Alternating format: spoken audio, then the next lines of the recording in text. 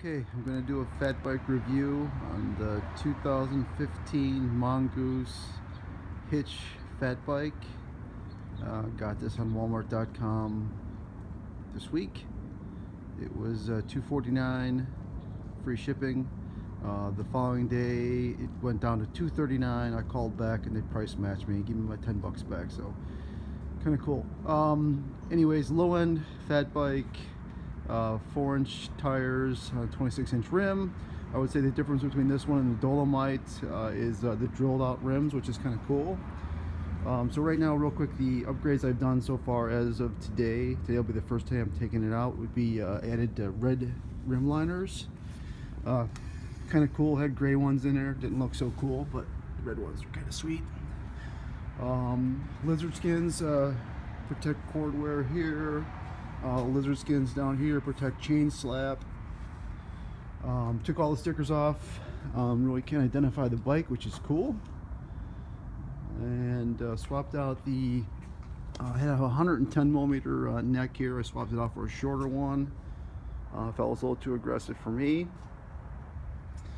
So they claim this bike to be good for someone 5'8" to about 6'3", 6'4". I'm gonna dispute that. I'm about 5'8" on a good day. All my other mountain bikes, that one Specialized 29er comp is a 17.5. I got a way in the back there. I got another 17-inch Specialized. These frame geometries are about identical. So this is about a 17.5-inch frame. So hope that puts things in perspective for you. But overall, lower grade Shimano Tourney TX rear derailleur, nothing fancy. Oh yeah, I also swapped out the silver cable ends for some red ones, give it some extra color. Cool end caps as well. But yeah, lower end components, obviously. It has pretty massive 4-inch tires, which is kind of cool. I got them at 20 pounds right now. Mechanical rear disc brake. See how that works out. I swapped out the pedals and front side. Again, mechanical disc brakes in the front, nothing special. We'll see how it stops today. I'm gonna go for a ride. Assembly wise, I had to put the rotor on out of the box, not a big deal. I had to put the bars on. Obviously I swapped the neck out, seat and front tire. One thing I would say is the front tire was a pain in the ass to put on. I don't know if it was this one or not, but the fork spread is about 5.5, 5.25, and the actual rim width is about 6.5. So I had to spread the shit out of it to get it on. Eventually got it on, and definitely difficult. I also had to take the caliper off to get the rim on, and then I remounted the caliper afterwards. So could be something funky with this bike, I don't know. Other than that, the bearings in the top, bone dry, pulled them out, repacked them. I highly recommend taking yours apart. Don't take for granted because it is smooth, that it has grease. Definitely take them out, repack them. Bottom bracket is not a real bottom bracket. It's not sealed. It is basically a shaft with bearings and a race. Again, bone dry, took it out, repacked it. Took about 10 minutes, piece of cake. That's it. 7-speed grip shift right here. I swapped out the original saddle for an old Specialized saddle I had. Again, going with the red theme, looks kind of cool. Yeah, so I'm gonna go take it for a ride now, and I'll come back and I will give the review of the actual ride. I'm gonna go on a 10-mile ride on a pretty decent off-road course, so more to come. What I wanted to do here before I take off and got the red one all dirty, I want to do a comparison. Specialized, this is a 2014 Crave Comp 29er. As you can see, very similar in size and frame. Geometry is about the same. I'm assuming the ride should be similar, but we'll see. More to come.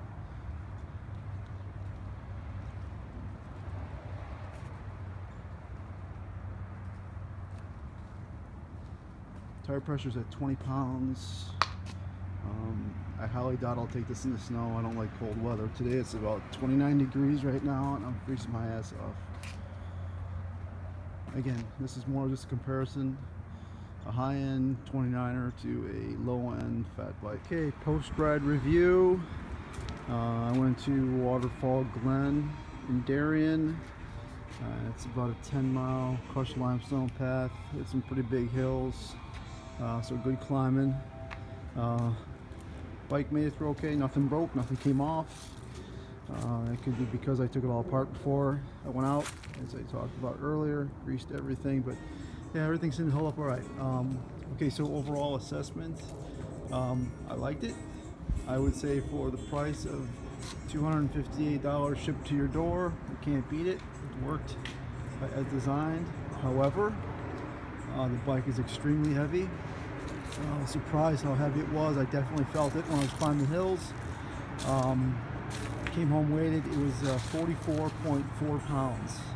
Opposed to my other bikes, which are my 29ers, about 27.5 pounds, and my 26-inch stump jumper Pro is, I think she's 25 pounds or something like that. So anyways, big weight difference, and I definitely felt it. So I would say for the price, it's a great value. However, if this bike was $1,000, it would not be a good value. I would be upset. One thing I would note is the front gear here. This guy is, I think it measures out to be a 36 tooth. The bike will not get out of its own way. So I guess if you're just going to cruise along, you're not looking to go fast, it's all good. I would be swapping that out for a double, or maybe even a triple. I got a set of triples here with a 44 on the front. I'll probably swap that out later today and take it out again maybe tomorrow night or tomorrow morning. So here we go. So I would say value, I'd give it a 10. Again, based on the price and what you get. Performance, I'd give it an 8. One thing I didn't care for, I don't like the grip shift. I thought it was in my way. I was getting a little sore. My right wrist.